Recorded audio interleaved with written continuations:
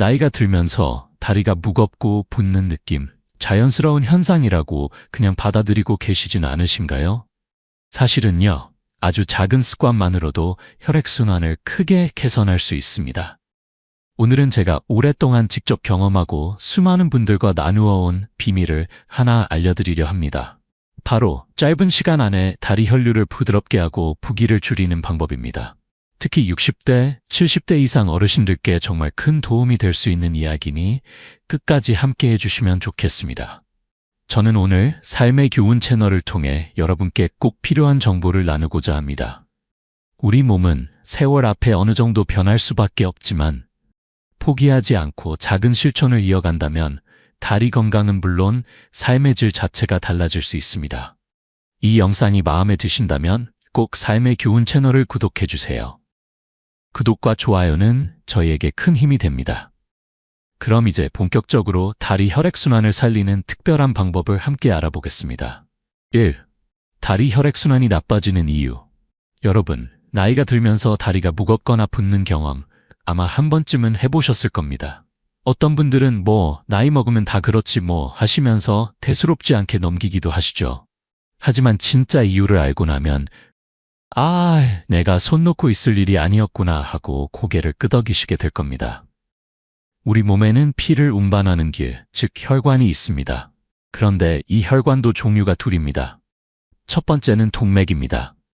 동맥은 심장에서 신선한 따끈따끈한 피를 다리 끝까지 보내주는 역할을 하죠.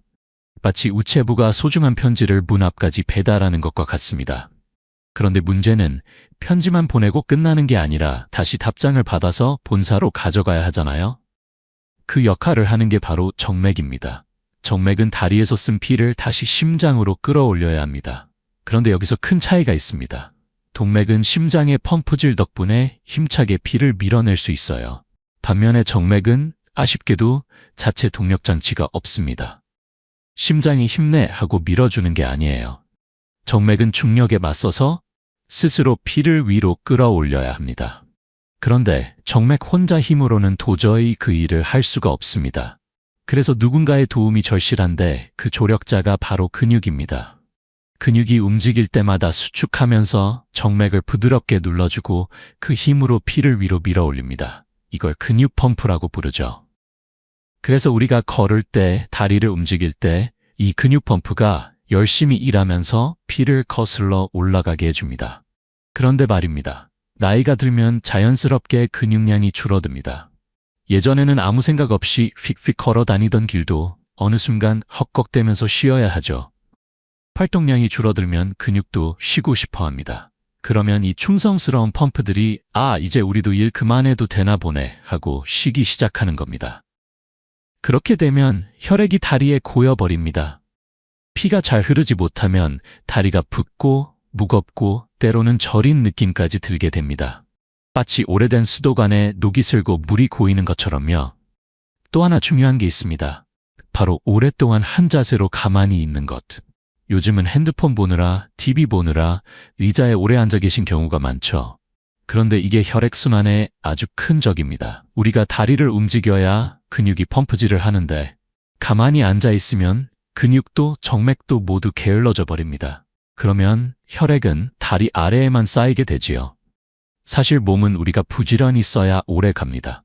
자동차도 한 번씩 시동 걸어줘야 배터리가 죽지 않듯이 우리 다리 근육도 꾸준히 움직여야 제 역할을 다합니다.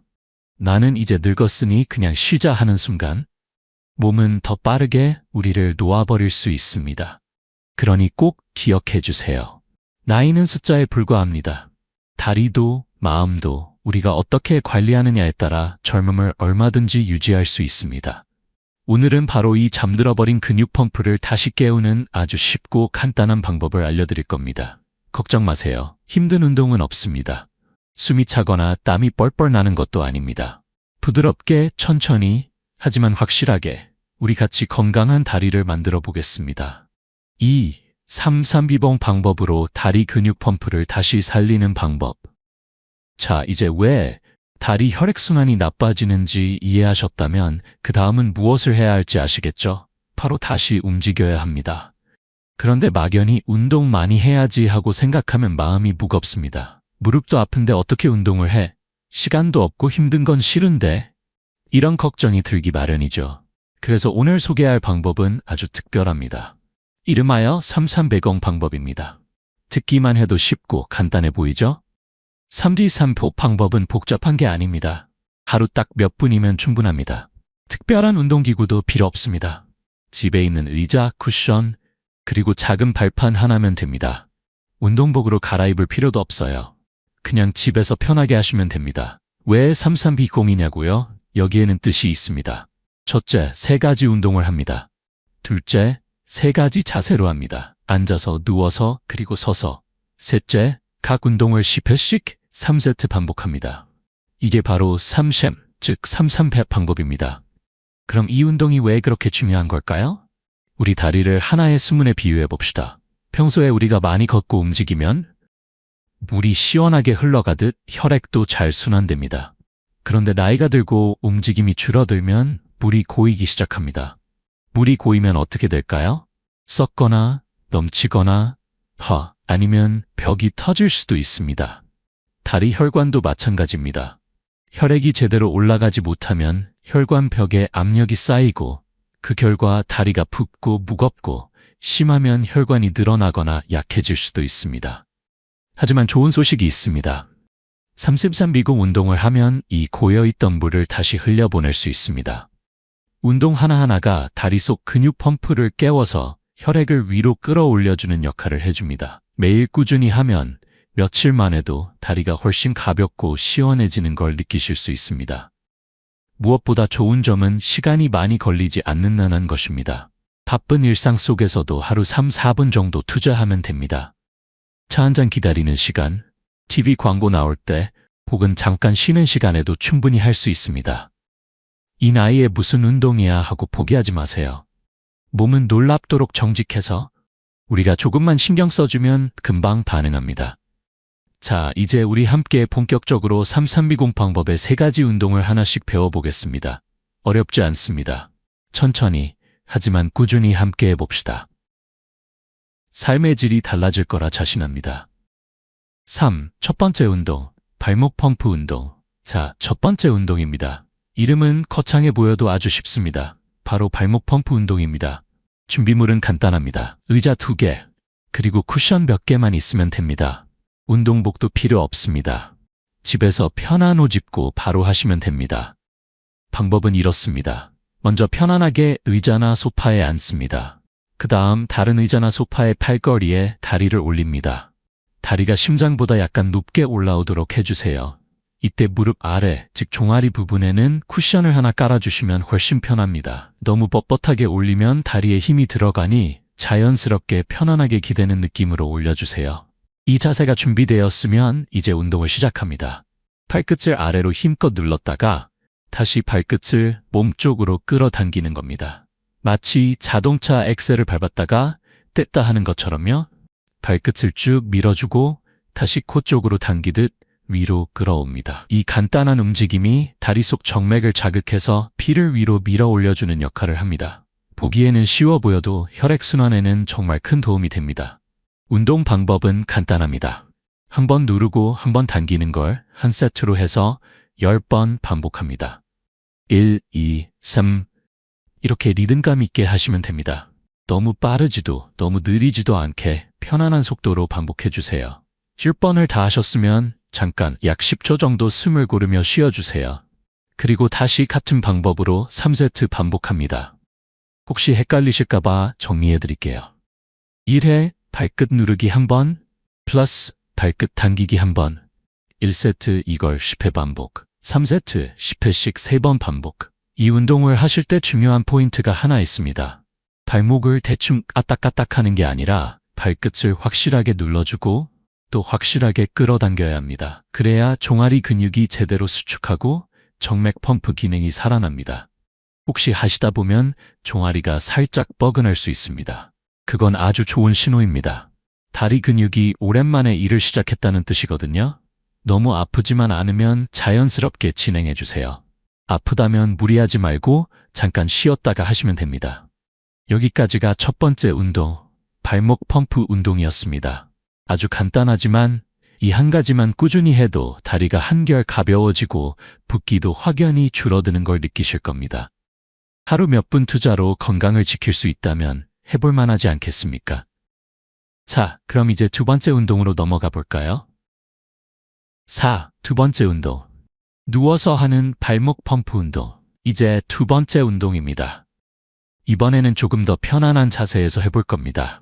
의자에 앉아 하는 것도 좋은데 누워서 다리 혈액순환을 돕는 방법도 정말 효과적이거든요. 특히 허리나 무릎이 약하신 분들께 딱 맞는 운동입니다. 이름은 Z자 라인 발목 펌프 운동. 간단하게 누워서 발목 운동이라고 생각하셔도 좋습니다. 방법은 이렇습니다. 먼저 바닥이나 침대처럼 편안한 곳에 눕습니다. 머리 밑에 쿠션이나 얇은 베개를 하나 받치시면 목이 편할 겁니다. 그리고 다리를 가까운 의자나 소파 혹은 튼튼한 스툴에 올립니다. 이때 중요한 것은 다리 모양입니다. 발을 올리고 무릎을 살짝 구부려서 무릎이 배보다 높게 오도록 만들어주세요. 몸을 옆에서 보면 다리가 약간 Z자 모양처럼 꺾이는 모습이 됩니다.